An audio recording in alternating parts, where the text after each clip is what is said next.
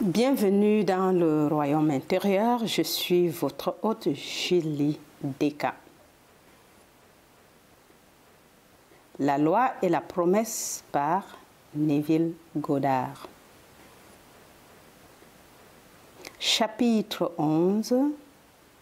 Le potier.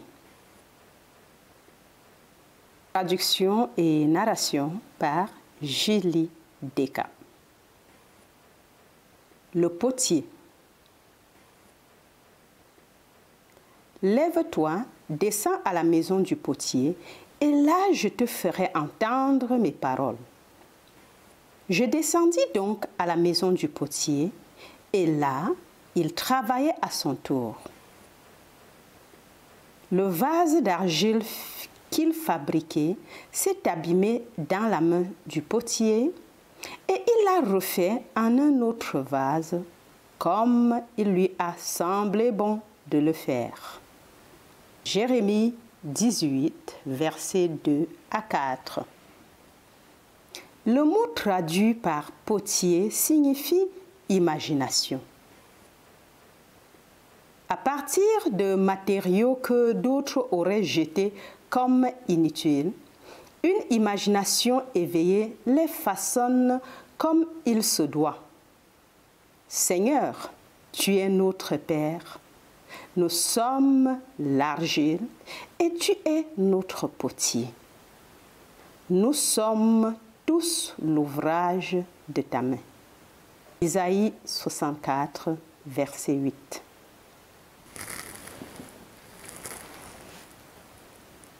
Cette conception de la création comme une œuvre d'imagination et du Seigneur notre Père comme notre imagination nous mènera plus loin dans le mystère de la création que tout autre guide. La seule raison pour laquelle les gens ne croient pas en cette identité de Dieu et de l'imagination humaine est qu'ils ne veulent pas assumer la responsabilité de leur effroyable mauvais usage de l'imagination. L'imagination divine est descendue au niveau de l'imagination humaine afin que l'imagination humaine puisse s'élever jusqu'à l'imagination divine. Le 8e psaume dit que l'homme a été créé un peu plus bas que Dieu et non pas un peu plus bas que les anges, comme le traduit par erreur la version King James. Les anges sont les dispositions émotionnelles de l'homme et sont donc ses serviteurs et non ses supérieurs, comme nous le dit l'auteur des Hébreux, Hébreux 1, 14. Encore, le 8e psaume dit que l'homme a été créé un peu plus bas que Dieu et non pas un peu plus bas que les anges, comme le traduit par erreur la version King James. Les anges sont des dispositions émotionnelles de l'homme et sont donc ses serviteurs et non ses supérieurs, comme nous le dit l'auteur des Hébreux, Hébreux 1, 14. L'imagination est l'homme réel et ne fait qu'un avec Dieu. L'imagination crée, conserve et transforme. L'imagination est radicalement créative lorsque toute activité imaginative basée sur la mémoire disparaît. L'imagination est conservatrice lorsque son activité imaginative est alimentée par des images fournies principalement par la mémoire. L'imagination est transformatrice lorsqu'elle varie un thème déjà existant, lorsqu'elle modifie mentalement un fait de la vie, lorsqu'elle blesse le fait hors de l'expérience remémorée ou met quelque chose à sa place si cela bouleverse l'harmonie qu'elle désire. Grâce à son imagination, cette jeune artiste talentueuse a fait de son rêve une réalité. Depuis que je suis entrée dans le domaine de l'art, j'ai aimé faire des croquis et des peintures pour les chambres d'enfants. Cependant, j'ai été découragée par des conseillers et des amis qui avaient beaucoup plus d'expérience que moi dans ce domaine. Ils aimaient mon travail, admiraient mon talent, mais disaient que je ne serais pas reconnue ni payée pour ce type de travail. D'une certaine manière, j'ai toujours pensé que j'y arriverais, mais comment? Puis, l'automne dernier, j'ai entendu vos conférences et lu vos livres et j'ai décidé de laisser mon imagination créer la réalité que je souhaitais. C'est ce que j'ai fait quotidiennement. J'ai imaginé que j'étais dans une galerie. Il y avait beaucoup d'incitations autour de moi. Sur les murs étaient accrochées mes œuvres. Uniquement les miennes, une exposition personnelle, et j'ai vu des étoiles rouges sur de nombreux tableaux. Cela signifiait qu'elles avaient été vendues. Voici ce qui s'est passé. Juste avant Noël, j'ai fait un mobile pour une amie qui l'a montré à son tour à un de ses amis qui possède une boutique d'importation d'art à Pasadena. Il a exprimé le désir de me rencontrer. J'ai donc apporté quelques échantillons de mon travail. Lorsqu'il a regardé le tout premier tableau, il a dit qu'il aimait me donner une exposition personnelle au printemps. Le soir du vernissage, le 17 avril, un décorateur d'intérieur est venu, a aimé et m'a commandé un collage pour la chambre d'un petit garçon qui apparaîtra dans le numéro de septembre du Bon Ménage, Good Housekeeping, pour la maison de l'année 1961. Plus tard, pendant l'exposition, un autre décorateur est venu et a tellement admiré mon travail qu'il m'a demandé s'il pouvait s'arranger pour que je rencontre les bons décorateurs d'intérieur et les bons propriétaires de galeries qui achèteraient et exposeraient mon travail correctement. L'exposition a d'ailleurs été un succès financier pour le propriétaire de la galerie ainsi que pour moi. Ce qui est intéressant dans tout cela, c'est que ces trois hommes sont apparemment venus à moi, comme par enchantement. Certes, je n'ai fait aucun effort pendant la période où j'ai imaginé pour contacter qui que ce soit. Mais maintenant, je suis reconnue et j'ai un marché pour mon travail. Et maintenant, je sais sans l'ombre d'un doute qu'il n'y a pas de nom lorsque vous appliquez sérieusement le principe selon lequel l'imagination crée la réalité. GL. Elle a testé le potier et a prouvé sa créativité dans la performance. Seul un esprit indolent ne parviendrait pas à relever ce défi. Paul déclare que l'Esprit de Dieu habite en vous. 1 Corinthiens 3, 16, Romains 8, 9, 8, 11, Jacques 4, 5.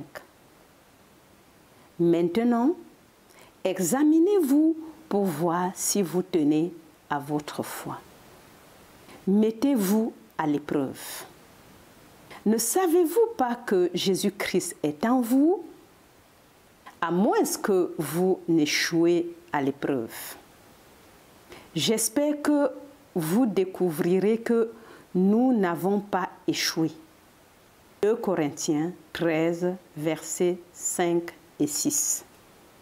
Si tout a été fait par lui, et que rien de ce qui a été fait n'a été fait sans lui, Jean 1, 3, il ne devrait pas être difficile pour l'homme de se tester pour découvrir qui est ce Créateur en lui. Le test prouvera à l'homme que son imagination est celle qui donne la vie aux morts et appelle à l'existence les choses qui n'existent pas. Romains 4, 17. La présence du potier en nous est déduite de ce qu'il y fait. Nous ne pouvons pas le voir là en tant qu'un, à nous-mêmes. La nature du potier, Jésus-Christ, est de créer et il n'y a pas de création sans lui. Amen. Chaque histoire enregistrée dans ce livre est justement un test comme celui que Paul a demandé aux Corinthiens de faire.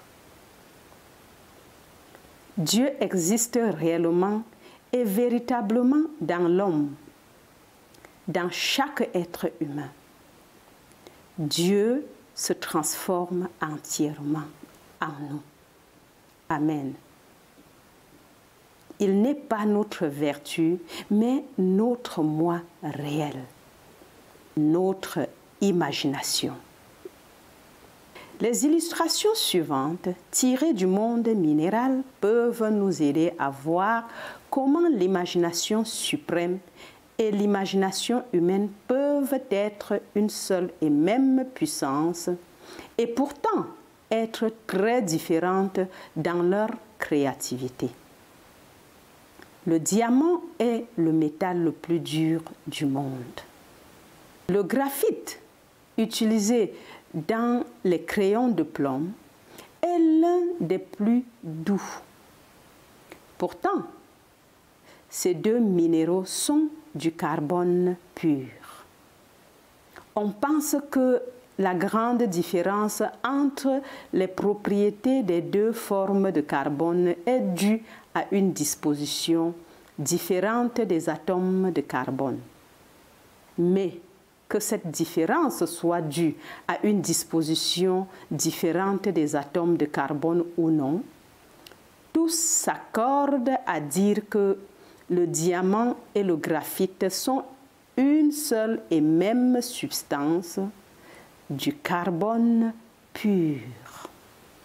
Le but de la vie est la réalisation créative du désir. L'homme dépourvu de désir ne pourrait pas exister efficacement dans un monde de problèmes permanents, exigeant des solutions permanentes. Un désir est une prise de conscience de quelque chose qui nous manque ou dont nous avons besoin pour rendre la vie plus agréable. Les désirs ont toujours en vue un gain personnel. Plus le gain attendu est grand, plus le désir est intense. Il n'existe pas de désir vraiment désintéressé. Même lorsque notre désir est pour un autre, nous cherchons toujours à satisfaire un désir. Pour atteindre notre désir, nous devrions imaginer des scènes impliquant leur réalisation et jouer la scène dans notre imagination, ne serait-ce que momentanément, avec une joie suffisamment ressentie dans ses limites pour la rendre naturelle. C'est comme un enfant qui se déguise et joue à la reine. Nous devons imaginer que nous sommes ce que nous voudrions être. Nous devons d'abord le jouer en imagination, pas en tant que spectateur, mais en tant qu'acteur. Cette dame a joué la reine de manière imaginative en étant là où elle voulait être dans son imagination. Elle était la véritable actrice de ce théâtre. Mon désir était d'assister à une représentation en matinée d'un célèbre pantomime jouant actuellement dans l'un des plus grands théâtres de notre ville. En raison du caractère intime de cet art, je voulais m'asseoir à l'orchestre, mais je n'avais même pas le prix d'un billet de balcon. La nuit où j'ai décidé d'avoir ce plaisir pour moi-même, dans mon imagination, je me suis endormie en regardant le merveilleux interprète. Dans mon acte imaginaire, j'étais assise dans un siège du centre de l'orchestre. J'entendais les applaudissements lorsque le rideau se levait et que l'artiste entrait en scène, et je ressentais réellement l'excitation intense de cette expérience. Le lendemain, le jour de la représentation en matinée, ma situation financière n'avait pas changé. J'avais exactement $1,37 dans mon sac à main. Je savais que je devais utiliser le dollar pour acheter de l'essence pour ma voiture, ce qui me laissait 37 centimes. Mais je savais aussi que j'avais fidèlement dormi dans le sentiment d'assister à cette représentation. Alors, je me suis habillée pour le théâtre. En passant d'un sac à main à un autre, j'ai trouvé un billet de $1,45 de monnaie caché dans la poche de mon sac d'opéra rarement utilisé. J'ai souri en réalisant que l'argent de l'essence m'avait été donné et que le solde de mon billet de théâtre me serait également donné. J'ai fini de m'habiller et je suis partie pour le théâtre. Debout devant le guichet, ma confiance a diminué lorsque j'ai regardé les prix et que j'ai vu $3,75 pour les sièges de l'orchestre. Encore. Debout devant le guichet, ma confiance a diminué lorsque j'ai regardé les prix et que j'ai vu $3,75 pour les sièges de l'orchestre. Avec un sentiment de désarroi, je me suis rapidement détournée et j'ai traversé la rue pour aller prendre une tasse de thé dans un café.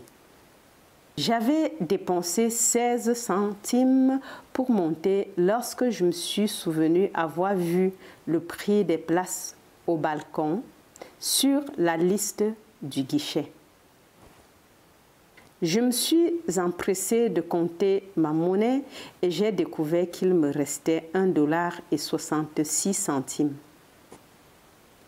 En courant vers le théâtre, j'ai acheté le siège le moins cher disponible qui coûtait $1,35. Avec un seul centime restant dans ma bourse, j'ai franchi l'entrée et l'ouvreur a déchiré mon billet en deux en disant « En haut, à gauche, s'il vous plaît. » Le spectacle est sur le point de commencer, mais ignorant les instructions de l'ouvreuse, je me dirige vers les toilettes des femmes du rez-de-chaussée. Toujours déterminée à m'asseoir dans la session de l'orchestre, je me suis assise, j'ai fermé les yeux et j'ai gardé mon regard intérieur rivé sur la scène dans la direction de l'orchestre. À ce moment-là, un groupe de femmes est entré dans les toilettes, parlant tout en même temps, mais je n'ai entendu qu'une seule conversation, celle d'une femme qui, s'adressant à sa compagne, a dit « Mais j'ai attendu et attendu jusqu'au dernier moment. » Puis elle a appelé pour dire qu'elle ne pouvait pas venir. J'aurais bien donné mon billet, mais c'est trop tard maintenant. Sans m'en rendre compte, j'ai tendu les 2 billets à l'ouvreur et il les a déchirés en 2 avant que je puisse l'arrêter. J'ai presque ri à haute voix. Je me suis levée, je me suis dirigée vers cette dame et lui ai demandé si je pouvais utiliser le billet supplémentaire qu'elle avait au lieu du siège du balcon que j'avais acheté. Elle était charmante et m'a gentiment invitée à me joindre à sa fête. Le billet qu'elle m'a tendu était pour la session orchestre, siège central, à 6 rangs de la scène. Je me suis assise sur ce siège quelques instants seulement avant que le rideau ne se lève sur un spectacle auquel j'avais assisté la veille depuis ce siège dans mon imagination. Waouh! JR. Nous devons réellement être dans l'imagination. Nous devons réellement être dans l'imagination. C'est une chose de penser à la fin, mais toute une autre de penser à partir de la fin. Penser à partir de la fin, mettre en œuvre la fin, c'est créer la réalité. Les actions intérieures doivent correspondre aux actions que nous réaliserions physiquement après que ces choses soient. Édouard Thomas, La Nouvelle Maison. Pour vivre sagement, nous devons être conscients de notre activité imaginaire et veiller à ce qu'elle façonne fidèlement la fin que nous désirons. Le monde est de l'argile. Notre imagination est le potier. Nous devrions toujours imaginer des fins qui ont de la valeur ou qui sont prometteuses. Celui qui désire, mais n'agit pas, engendre la pestilence. William Blake. Ce qui est fait découle de ce qui est imaginé. Les formes extérieures révèlent les imaginations de l'homme. L'homme est la navette dont la quête sinueuse est le passage à travers ses métiers à tisser. Dieu a ordonné le mouvement, mais n'a ordonné aucun repos. Henri Vaughan. Je dirige une petite entreprise en propriété exclusive et il y a quelques années, il semblait que mon entreprise allait se terminer par un échec.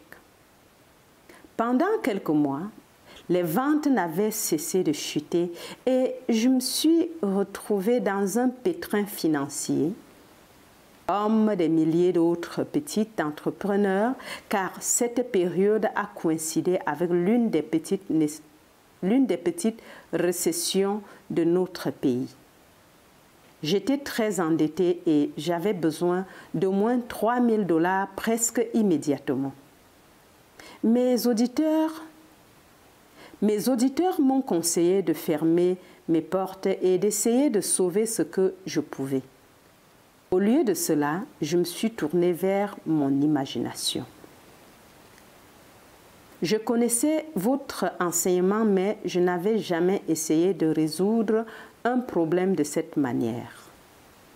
J'étais franchement sceptique quant à l'idée même que l'imagination puisse créer la réalité, mais j'étais aussi désespérée. Et le désespoir m'a forcée à tester votre enseignement. j'ai imaginé que mon bureau recevait inopinément 4 000 $ de transfert de fonds dus. Cet argent devait provenir de nouvelles commandes car mes comptes clients étaient pratiquement inexistants, mais cela semblait tiré par les cheveux car je n'avais pas reçu autant de ventes au cours des 4 derniers mois ou plus. Néanmoins, j'ai gardé l'image imaginaire de recevoir cette somme d'argent devant moi pendant 3 jours.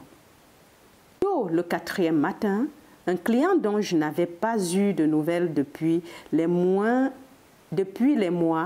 m'a appelé au téléphone pour me demander de venir le voir personnellement.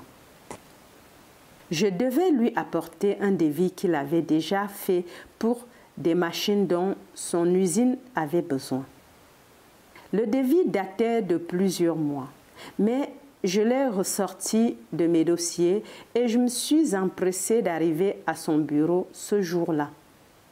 J'ai rédigé la commande qu'il a signée, mais je ne voyais aucune utilité immédiate pour moi dans cette transaction car le matériel qu'il voulait devait être livré en usine dans un délai de 4 à 6 mois et, bien entendu, mon client n'avait pas à le payer avant sa livraison.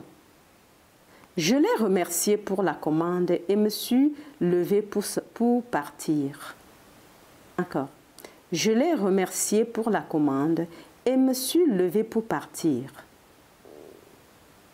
Il m'a arrêté à la porte et m'a tendu un chèque d'un peu plus de 4 000 $ en disant « Je veux payer la marchandise maintenant à l'avance. Pour des raisons fiscales, vous savez. Pour des raisons fiscales, vous savez. Ça ne vous dérange pas? » Non, ça ne me dérange pas. J'ai compris ce qui s'était passé au moment où j'ai pris ce chèque dans mes mains. En l'espace de 3 jours, mon acte imaginaire avait fait pour moi ce que je n'avais pas été capable de faire pendant des mois de remaniement financier désespéré. Je sais maintenant que l'imagination aurait pu apporter 40 000 $ à mon entreprise tout aussi facilement que 4 000. LNC. Waouh! Seigneur, tu es notre Père. Nous sommes l'argile et tu es notre potier. Nous sommes tous l'ouvrage de ta main. Isaïe 64, verset 8. Waouh, waouh, waouh. Toujours un délice d'écouter les enseignements de Neville Goddard sur l'imagination qui crée notre réalité. Jésus-Christ en nous est notre propre imagination humaine. Waouh! Merci Neville pour ce message. Merci pour ces expériences qui nous permettent aussi de mettre à l'œuvre notre imagination afin de créer la vie que nous voulons vivre. Merci, merci Seigneur pour ces enseignements qui innovent la prière telle que nous l'avons apprise dans l'Église ou de l'Église institutionnelle.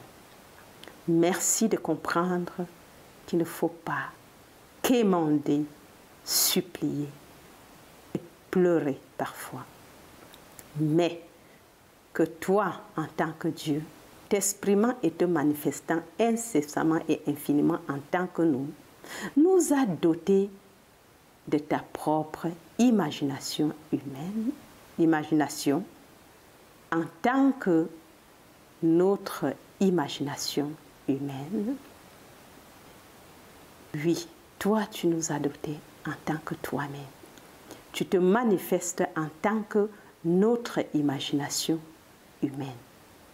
Jésus-Christ en nous, le Fils, le Christ, est notre propre imagination humaine et tout a été fait par elle. Et rien de ce qui naît ne l'a été fait sans elle. Merci, merci, merci. Alors, merci de m'avoir écouté jusqu'à la fin.